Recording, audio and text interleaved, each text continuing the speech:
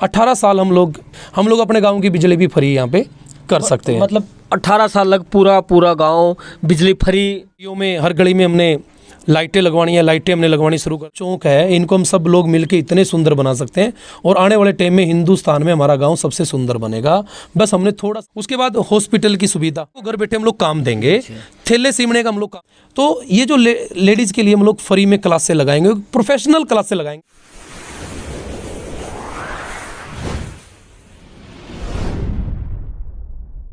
Special Haryana देखने वाले सारे दर्शकों ने सतीश दनोदा की राम। फिलहाल फिर पहुंचे आप सैंथली गांव में और बेरा पर पंचायती इलेक्शन जमा सर पा लिए हैं। माहौल हर एक गांव में गनखरे गांव में सुनाओ बहुत गरमाई के माहौल चलन लग रहे हैं। तो सबसे पहला बात करेंगे कि सैंथली गाँव में इस टाइम किस प्रकार का माहौल चलन लग रहा है। तो अपने पास में बैठे है गुग्गन भाई, तो इससे तो बात करेंगे क्योंकि गुग्गन भाई का जो भाई है जयप्रकाश वो इलेक्शन में उठ रहा है और पूरा सैंथली गाँव में उठी दावा ठोक रखा है। और बताओ अभी एक दो तो बात करी थी बढ़िया कैंडिडेट्स है, तो उसे बारे में गुग्गन से बात करेंगे। तो सबसे पहला राम गुग्गन भाई। राम भाई, राम। तो किस प्रकार का माहौल फिलहाल चल रहा है आपके गांव में, क्योंकि सरपंची इलेक्शन जमा सर पा लिए हैं। देखो सबसे बड़ी बात तो ये है जी, जो इस टाइम है हमारे गाँव की ना बहुत बड़ी एकता है।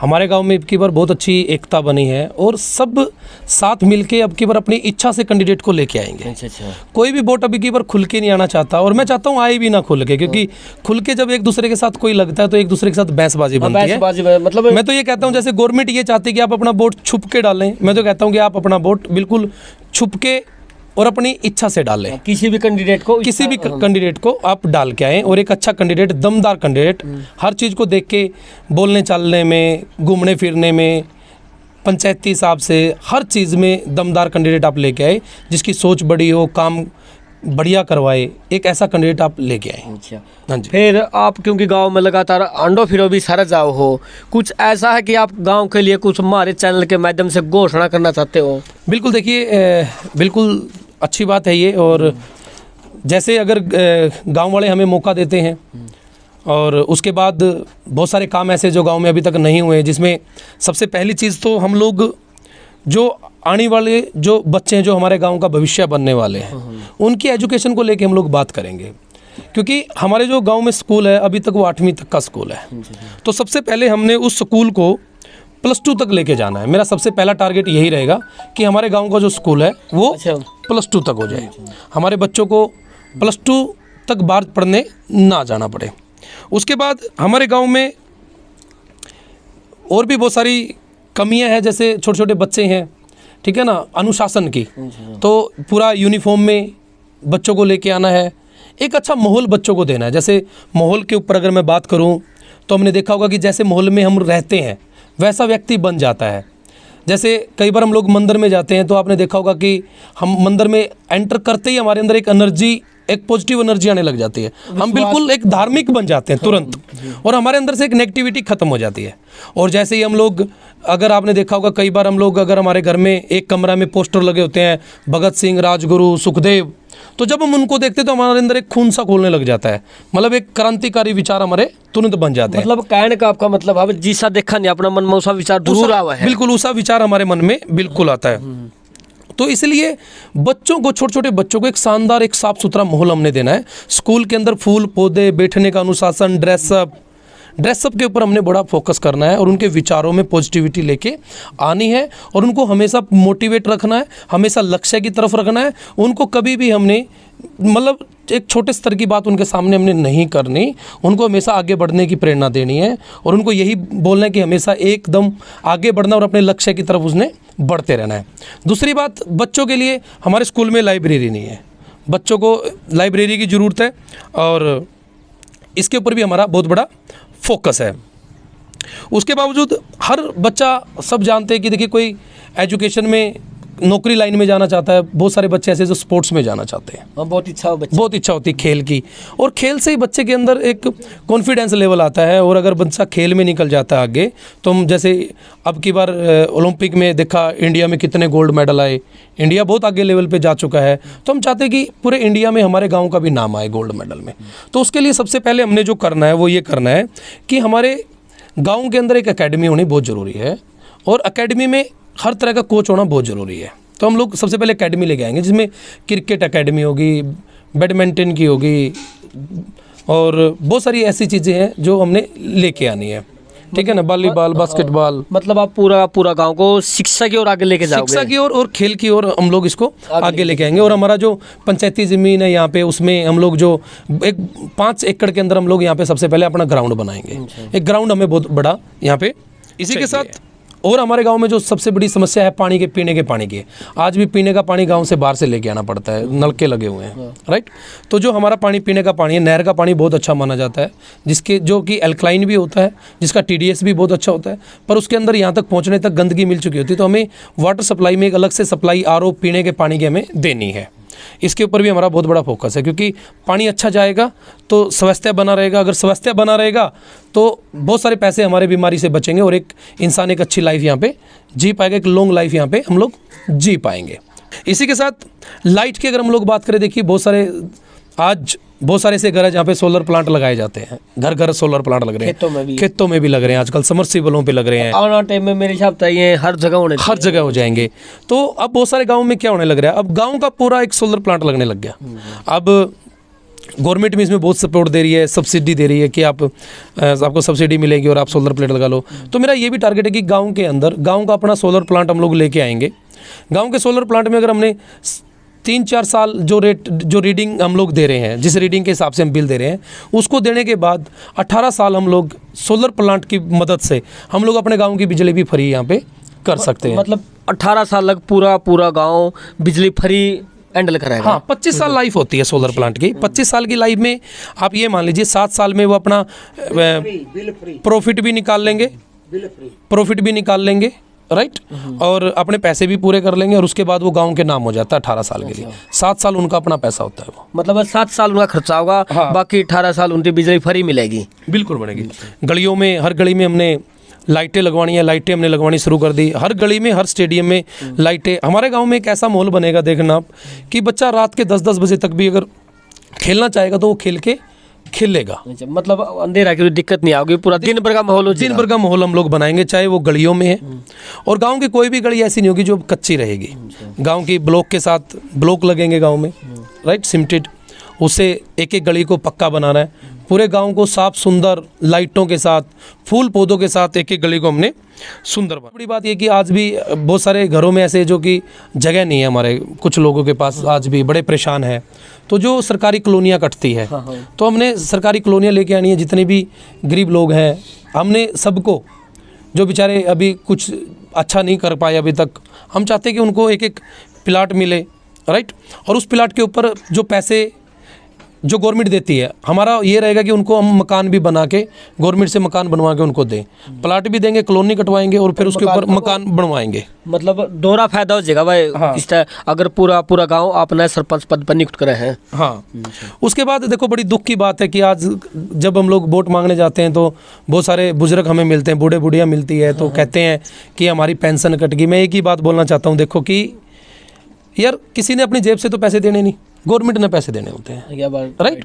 और ये जो बेचारे, जो गवर्नमेंट इतने लेवल पे बूढ़े बुढ़ियों को पेंशन देती है, ये बेचारे काम नहीं कर पाते। तो मैं चाहता हूँ ये तो देख सबकी होनी चाहिए, बहसबाजी में किसी की ना कटवाओ। और जिसकी उम्र हो चुकी है, जो एक जो ला है हमारा यहाँ पे, भाई जिस एज पे पेंशन मिलती है उस एज पे पेंशन मिलनी चाहिए। हम लोग बूढ़े बुढ़ियों के घर घर जाके पेंशन बनवाएंगे। हमने कौन सा अपनी जेब से देनी है, गवर्नमेंट ने देनी है, तो सरकार का पैसा है। तो ये भी एक बहुत बड़ा हमारा वो है कि ये काम तो करवाने वाला है गांव के लिए। देखो वो लोग बेचारे काम नहीं कर सकते, उन्होंने अपनी ज़िंदगी में बहुत सारा काम किया है, अपने बच्चों को पाला है, राइट। ये करना। आज देखो पशु है, पशु भी देखो उनसे हम दूध पीते हैं, इसलिए हम उनको रखते हैं, है ना। आज पशु से हमें दूध, दही, लस्सी सब कुछ उनसे मिलता है। और हमारे गांव का जो गंदा पानी है आज हमारे जोड़ में जा रहा है, जिसमें वो फिर पशु पानी को पी रहे हैं। जब पशु ऐसे पानी को पिएंगे तो बीमार पड़ेंगे। तो फिर एक जो आज भैंस, अच्छी भैंस, आज आप सब जानते हैं कि 80-80, 90-90, 1-1 लाख रुपए की भैंस आ रही है। लाख रुपए की तो एक गरीब आदमी के अगर भैंस को कुछ हो जाता है तो कितना बड़ा लॉस वो होता है, वो मतलब कभी उसको मतलब सहन नहीं कर पाता। तो सबसे बड़ी बात ये जो गंदा पानी है, इस गंदे पानी को हमने रोकना है। इस गंदे पानी के हमने एक अलग से निकासी निकालनी है और इसको कहाँ खेतों में कहाँ पे यूज़ किया जा सकता है, इसकी प्रबंध हम करेंगे। मतलब ये गांव का पानी जो गंदा तालाब में नहीं जाने देना। तालाब में नहीं जाने देंगे। हाँ, कोई ऐसा प्रबंध कर लेके आओगे आप? बिल्कुल। उसके बाद देखो, हमारे गांव में चौपाल सबके पास है। एक दो कास्ट है जिसके पास अभी तक नहीं बनी, उसको तो हम बना के देंगे ही देंगे। चौपाल तो सबके पास देखो होनी चाहिए, है ना। जब भी कोई आता है, ब्याह शादी होती है, तो वहाँ पे हम लोग बिठाते बहुत जरूरी है काम के हैं। लिए। और एक हर कास्ट के लिए ये एक बड़े मान सम्मान की बात है कि हमारे एक कॉमन जगह है जहाँ पे हर व्यक्ति जाके बैठ के बातचीत करे। क्योंकि कई बार क्या होता है कि बहुत सारी बातें ऐसी हो जाती है कि किसी के घर पे बैठ के नहीं की जाती, तो यही बोलते हैं भाई अपना चौपाल में आ जाओ। तो हमारी तो सबसे पहले ये कि जिसके पास भी चौपाल नहीं, हम लोग चौपाल बनवा के देंगे सबसे पहले। दूसरी बात ये, चौपाल भी जब हमारे गांव में आज बहुत सारी चौपाल हमारे कुम्हारों की है, तो चौपाल को सबसे पहले साफ़ सुंदर बनाना है। चौपाल में सफाई हो, फूल पौधे लगे हो, आदमी जाके शाम सवेरे बैठे वहाँ पे, और बैठने के लिए कम से कम 50-60 लोगों के लिए बैठने के लिए वहाँ पे एक साफ़ सुथरी जगह हो, मन लगे। एक ऐसा हमने बनाना है, चौपाल को ऐसा बनाना है कि बंदा जाके शाम को चौपाल में बैठे, सुबह जाके बैठे। उसके बाद जितने भी धर्म की जगह, हमारे मंदिर जो है, मंदिरों को साफ़ सुथरा बनाना है। मंदिरों में फूल पौधे हमने वहाँ पे लगाने हैं।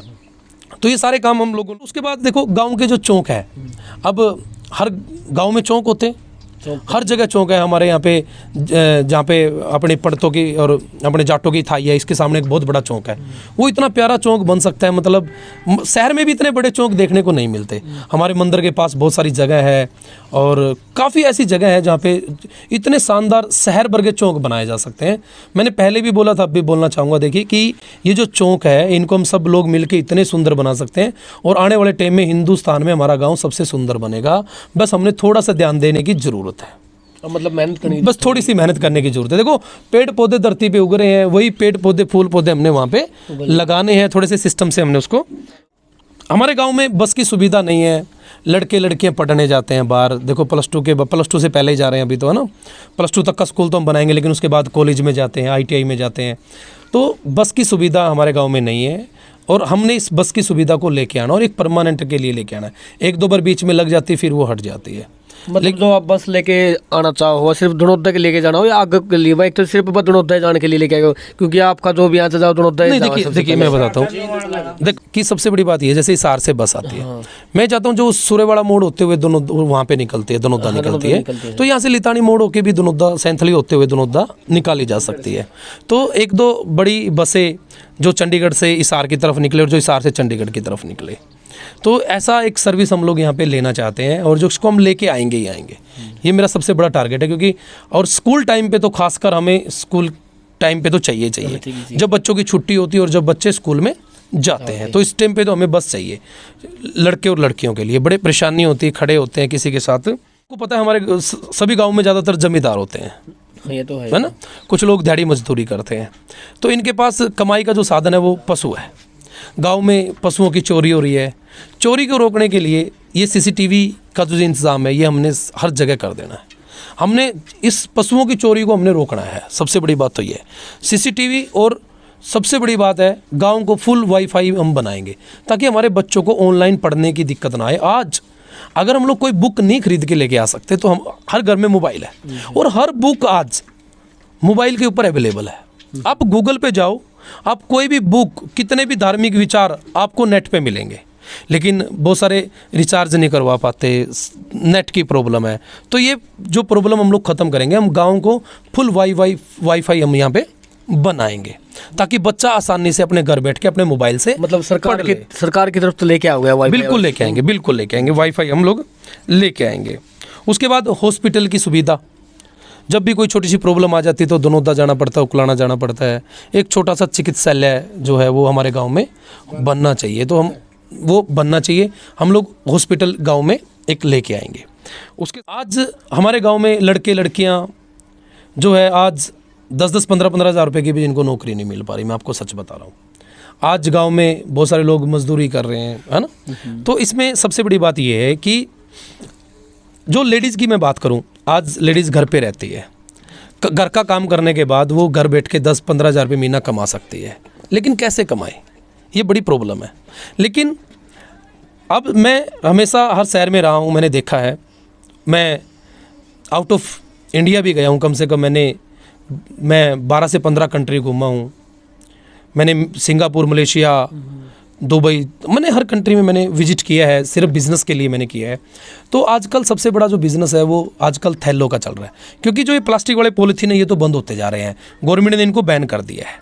अब गवर्नमेंट ये कह रही है कि अगर आपने घर से में कोई सामान लेके आना घर पे, तो आपको जो थैले हैं, राइट, वो कपड़े के होने चाहिए। ये आजकल एक ऐसा वो आता है, कपड़ा की तरह बनते थैले, हाँ बना है। ठीक है ना।